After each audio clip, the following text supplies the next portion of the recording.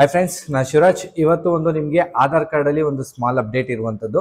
ಈ ಒಂದು ಅಪ್ಡೇಟ್ ಏನಪ್ಪಾ ಅಂತಂದ್ರೆ ನಿಮಗೆ 14/9/2024ಕ್ಕೆ ಪ್ರತಿ ನಾಗರಿಕರು ಯಾರಿದ್ದಾರೆ ಅವರ ಒಂದು ಆಧಾರ್ ಕಾರ್ಡ್ನ ಪ್ರತಿ 10 ವರ್ಷಕ್ಕೊಂದ್ಸಲ ಅಪ್ಡೇಟ್ ಮಾಡಬೇಕಾಗಿತ್ತು. ಈ ಒಂದು ಸರ್ವಿಸ್ ಏನಿದೆ, ಈ ಒಂದು ಆಧಾರ್ ಅಪ್ಡೇಟ್ ಬಗ್ಗೆ ಒಂದು ಸಣ್ಣ ಇನ್ಫಾರ್ಮೇಶನ್ ಇರುವಂತದ್ದು. ಆ ಇನ್ಫಾರ್ಮೇಶನ್ ನಾನು ನಿಮಗೆ ಇವತ್ತಿನ ವಿಡಿಯೋದಲ್ಲಿ ತಿಳಿಸ್ಕೊಡ್ತಾ ಹೋಗ್ತೀನಿ. ನೀವಿನ್ನು ನಮ್ಮ ಚಾನಲ್ಗೆ ಸಬ್ಸ್ಕ್ರೈಬ್ ಆಗಿಲ್ಲ ಅಂದ್ರೆ ಈ ಕೂಡಲೇ ನಮ್ಮ PMA ಕನ್ನಡ ಯೂಟ್ಯೂಬ್ ಚಾನಲ್ನ ಸಬ್ಸ್ಕ್ರೈಬ್ ಆಗಿ ಪಕ್ಕದಲ್ಲೇ ಇರುವಂಥ ಬೆಲ್ ಬಟನ್ನ ಓಕೆ ಮಾಡಿ. ನಾವು ಮಾಡುವಂಥ ಎಲ್ಲ ವಿಡಿಯೋಗಳು ಸಹ ನಿಮಗೆ ನೋಟಿಫಿಕೇಶನ್ ಮೂಲಕ ಬರುತ್ತೆ. ಸೊ ಬನ್ನಿ ವಿಡಿಯೋನ ಸ್ಟಾರ್ಟ್ ಮಾಡೋಣ. ನೋಡ್ಕೋಬಹುದು, ನಿಮಗೆ ಪ್ರತಿಯೊಬ್ಬ ನಾಗರಿಕರು ಸಹ ನಿಮಗೆ ಆಧಾರ್ ಕಾರ್ಡ್ನ ಹೊಂದಿರ್ತಾರೆ. ಸೊ ಹೊಂದಿರುವಂಥ ಯಾರ್ಯಾರೆಲ್ಲ ಒಂದು ಆಧಾರ್ ಕಾರ್ಡ್ನ ಹೊಂದಿರ್ತಾರೆ ಅಂಥವ್ರಿಗೆ ಪ್ರತಿ 10 ವರ್ಷಕ್ಕೊಂದ್ಸಲ ನಿಮ್ಮ ಆಧಾರ್ ಕಾರ್ಡ್ನ ಅಪ್ಡೇಟ್ ಮಾಡಿಸ್ಬೇಕಾಗಿ ಬರುತ್ತೆ.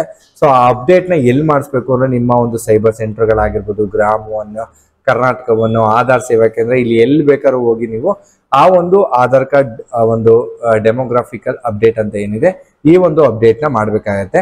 ಈ ಒಂದು ಅಪ್ಡೇಟ್ ನ ಮಾಡೋದಕ್ಕೆ ಕೊನೆ ದಿನಾಂಕ ಬಂದು ನಿಮ್ಗೆ 14/9/2024 ನಿಮ್ಗೆ ಲಾಸ್ಟ್ ಟೈಮ್ ನಿಮ್ಗೆ ಒಂದು ಡೆಡ್ ಲೈನ್ ನ ಕೊಟ್ಟಿರುವಂತದ್ದು. ಆ ಡೆಡ್ ಲೈನ್ ಈಗ ನಿಮ್ಗೆ ಆ ಒಂದು ಡೆಡ್ ಲೈನ್ ಎಕ್ಸ್ಟೆಂಡ್ ಮಾಡಿರುವಂತದ್ದು.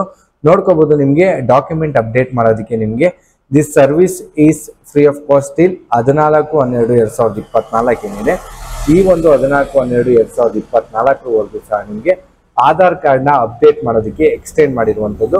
ಇನ್ನು ತುಂಬಾ ಜನ ಆಧಾರ್ ಕಾರ್ಡ್ಗಳನ್ನ ಅಪ್ಡೇಟ್ ಮಾಡ್ಕೊಂಡಿಲ್ಲ. ಆಧಾರ್ ಕಾರ್ಡ್ ಅಪ್ಡೇಟ್ ಮಾಡ್ಕೊಂಡಿಲ್ಲ ಅಂದ್ರೆ ಎಷ್ಟು ಪ್ರಾಬ್ಲಮ್ಗಳಾಗತ್ತೆ ಅನ್ನೋದನ್ನ ನೀವು ಆಲ್ರೆಡಿ ತಿಳ್ಕೊಂಡಿದ್ದೀರಾ. ಈಗ ಪ್ಯಾನ್ ಕಾರ್ಡ್ ನೀವು ಲಿಂಕ್ ಮಾಡ್ಕೊಂಡಿಲ್ಲ ಅಂದಾಗ ಎಷ್ಟು ಪ್ರಾಬ್ಲಮ್ಗಳಾಗುತ್ತೆ, ಅದೇ ತರ ಸೇಮ್ ನಿಮ್ಗೆ ಆಧಾರ್ ಕಾರ್ಡ್ ಅಪ್ಡೇಟ್ ಮಾಡ್ಕೊಂಡಿಲ್ಲ ಅಂದ್ರೂ ಅಷ್ಟೇ ಪ್ರಾಬ್ಲಮ್ಗಳು ಮುಂದೆ ಫೇಸ್ ಮಾಡ್ಬೇಕಾಗತ್ತೆ.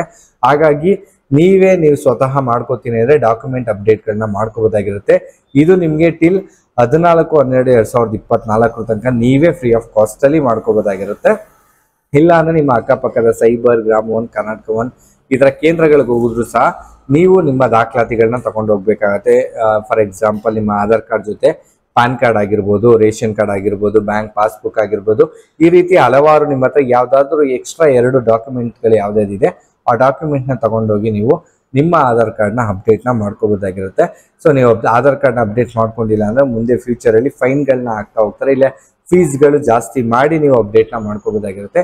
ಇವಾಗ ನಿಮಗೆ ಫ್ರೀ ಆಫ್ ಕಾಸ್ಟ್ ಇರೋದ್ರಿಂದ ಸ್ವತಃ ನೀವೇ ಸಹ ಮಾಡ್ಕೋಬೋದಾಗಿರುತ್ತೆ. ಅದು ಯಾವ ರೀತಿ ಮಾಡೋದು ಅನ್ನೋದು ನಾನು ನಿಮಗೆ ತಿಳಿಸ್ಕೊಡ್ತಾ ಹೋಗ್ತೀನಿ ನೆಕ್ಸ್ಟ್ ವಿಡಿಯೋದಲ್ಲಿ ಯಾವ ರೀತಿ ಮಾಡಬೇಕು ಅನ್ನೋದನ್ನ. ಸೊ ಈ ವಿಡಿಯೋ ಇಷ್ಟ ಆಗಿತ್ತು ಅನ್ಕೋತೀನಿ. ಇಷ್ಟ ಆಗಿದ್ರೆ ಒಂದು ಲೈಕ್ ಮಾಡಿ, ನಮ್ಮ ಚಾನಲ್ಗೆ ಇನ್ನೂ ಸಬ್ಸ್ಕ್ರೈಬ್ ಆಗಿಲ್ಲ ಅಂದ್ರೆ ಸಬ್ಸ್ಕ್ರೈಬ್ ಆಗಿ ನಿಮ್ಮ ಫ್ರೆಂಡ್ಸ್ ಫ್ಯಾಮಿಲಿಗೆ ಶೇರ್ ಮಾಡಿ. ಫ್ರೆಂಡ್ಸ್, ವಿಡಿಯೋ ನೋಡಿದ್ದಕ್ಕೆ ಧನ್ಯವಾದ. Thank you so much.